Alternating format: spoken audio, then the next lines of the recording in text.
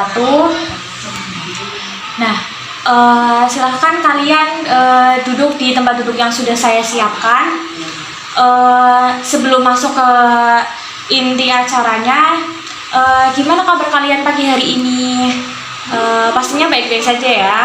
Nah, sebelum melakukan bimbingan kelompok, alangkah baiknya kita berdoa sesuai dengan agama dan kepercayaan masing-masing. Berdoa mulai. Selesai. Nah, kira-kira nih kalian yang ada di sini itu sudah tahu belum kita dikumpulkan di sini itu untuk apa? Nah, jadi kita berkumpul di sini itu untuk melakukan bimbingan kelompok. Nah, sebelum melakukan bimbingan kelompok terlebih dahulu, alangkah baiknya kita melakukan perkenalan, karena kan mungkin di sini ada yang belum kenal dengan saya ataupun ada yang belum kenal dengan anggota kelompok yang lain. Jadi di sini saya akan melakukan perkenalan terlebih dahulu. Perkenalkan, nama saya Bilqis Istifarah Hansa. Di sini saya sebagai konselor, atau di dalam kelompok ini saya sebagai pimpinan kelompok dan kalian itu sebagai anggota kelompoknya. Mungkin bisa dilanjutkan perkenalan dengan anggota dari sebelah kanan saya sampai sebelah kiri saya. Nah, untuk yang sebelah kanan saya namanya siapa? Oke, yang selanjutnya mungkin yang selanjutnya bisa melanjutkan perkenalannya siapa? Oke. Nah, kita kan sudah saling kenal satu sama lain. Kira-kira yang seperti sudah saya jelaskan sebelumnya, bahwasanya di sini kita akan berkumpul untuk melakukan bimbingan kelompok. Apakah dari kalian itu sudah ada yang mengenal bimbingan kelompok? Mungkin menurut kalian yang kalian tahu saja tidak perlu benar. Mungkin dari mbaknya sudah mengetahui belum? Oke. Dari yang sebelah sini, masnya? Oke, dari dua opini dari anggota kelompok dari kalian itu sudah cukup benar. Namun saya di sini akan menjelaskan lagi bimbingan kelompok itu apa sih. Jadi bimbingan kelompok itu adalah suatu kegiatan yang dilakukan oleh beberapa orang atau lebih tepatnya dari 8 orang dalam satu kelompok. Nah, menggunakan atau memanfaatkan dinamika kelompok untuk tujuannya sendiri. Bimbingan kelompok itu memiliki tujuan untuk membantu para siswa atau membantu kalian dalam menyelesaikan suatu masalah atau membahas masalah yang kalian miliki dengan prosedur kelompok, serta meningkatkan kemampuan komunikasi kalian baik secara verbal maupun non-verbal. Nah, yang perlu kalian tahu di dalam suatu bimbingan kelompok ini memerlukan ada beberapa asas yang harus terpenuhi, yaitu ada 4. Yang pertama yaitu asas kerahasiaan. Jadi semua yang ada di dalam ruangan ini, para anggota kelompok dan pimpinan kelompok itu saya, itu harus merahasiakan semua informasi yang akan kita bahas ataupun yang akan kita selesaikan di sini di dalam kelompok. Jadi itu kita harus merahasiakan dan menyimpan informasi tersebut dengan baik. Nah, yang kedua yaitu ada asas keterbukaan. Asas keterbukaan itu sendiri maksudnya para anggota atau kalian itu bebas untuk menyampaikan atau mengemukakan pendapat, ide, dan saran yang kalian miliki. Jadi tidak usah takut untuk mengemukakan pendapat kalian. Nah, yang ketiga yaitu asas kesukarelaan. Jadi para anggota itu menampilkan diri secara spontan tanpa paksaan, baik paksaan dari anggota kelompok lain maupun paksaan dari pimpinan kelompok. Nah, yang keempat yaitu asas kenormatifan. Nah, maksud dari asas kenormatifan ini, semua yang dibicarakan dalam kelompok itu tidak boleh bertentangan dengan norma-norma yang berlaku. Nah, mungkin anggota kelompok yang ada di sini sudah sedikit paham ya mengenai bimbingan kelompok. Nah, untuk melanjutkan ke tahap berikutnya yaitu tahap peralihan, mungkin kita akan sedikit melakukan permainan atau ice breaking supaya suasananya lebih mencair atau kita bisa lebih semangat lagi dalam melanjutkan kegiatan ini.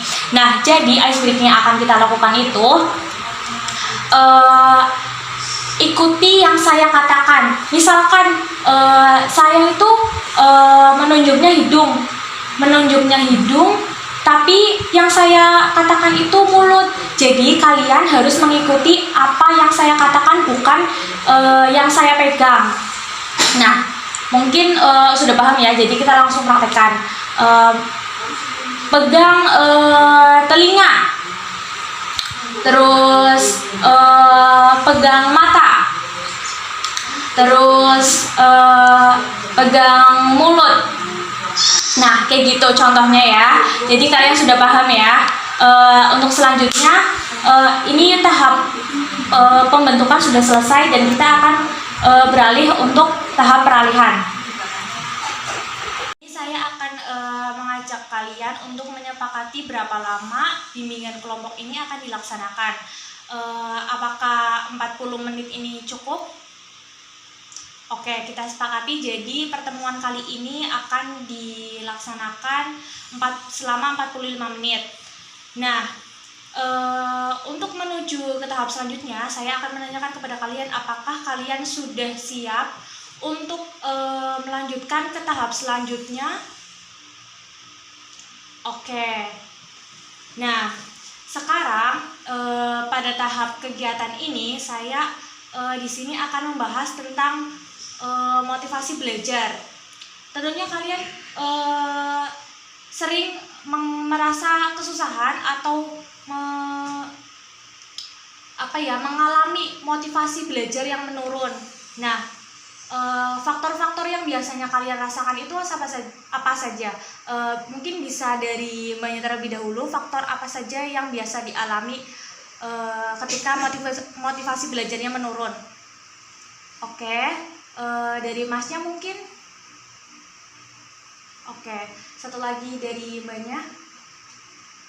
Oke, teman-teman semua kan di sini sudah mendengarkan ya, tadi ada beberapa faktor yang sudah disampaikan oleh anggota yang lain. Mungkin ada yang mau menanggapi dari permasalahan yang sudah diutarakan oleh anggota yang lain. Mungkin dari Mas yang di depan saya. Oke, baik. Apakah ada yang mau menanggapi lagi? Oke, silakan Mas. Ya, baik. Jadi dari faktor-faktor permasalahan mengenai penurunan motivasi belajar yang sudah disampaikan oleh beberapa anggota kelompok itu, di sini mempunyai tujuan untuk menyelesaikan masalah tersebut dengan ditanggapi oleh peserta yang lain atau anggota yang lain supaya masalah tersebut bisa terselesaikan. Jadi kan di sini tujuannya untuk berdiskusi menyelesaikan suatu masalah. Simpulkan dari permasalahan menurunnya motivasi belajar itu bisa dilakukan dengan cara kita memilih metode belajar yang kita inginkan, karena setiap orang itu pasti memiliki metode belajar yang berbeda-beda. Selain itu, kita harus memaksimalkan penggunaan fasilitas yang ada di sekolah, karena tentunya di sekolah itu pasti menyediakan fasilitas bagi siswanya dalam pembelajaran. Nah, jadi kita harus memanfaatkan fasilitas yang ada dengan baik. Nah, berhubung waktu yang sudah kita sepakati itu sudah habis, jadi bimbingan kelompok ini sudah berakhir. Saya ingin mengucapkan terima kasih kepada kalian karena sudah meluangkan waktunya untuk datang ke sini dan untuk menyelesaikan masalah yang tadi sudah kita bahas. Dan saya juga ingin memohon maaf apabila ada salah kata selama saya memimpin diskusi pada bimbingan kelompok ini. Nah, untuk mengakhiri kegiatan pada hari ini,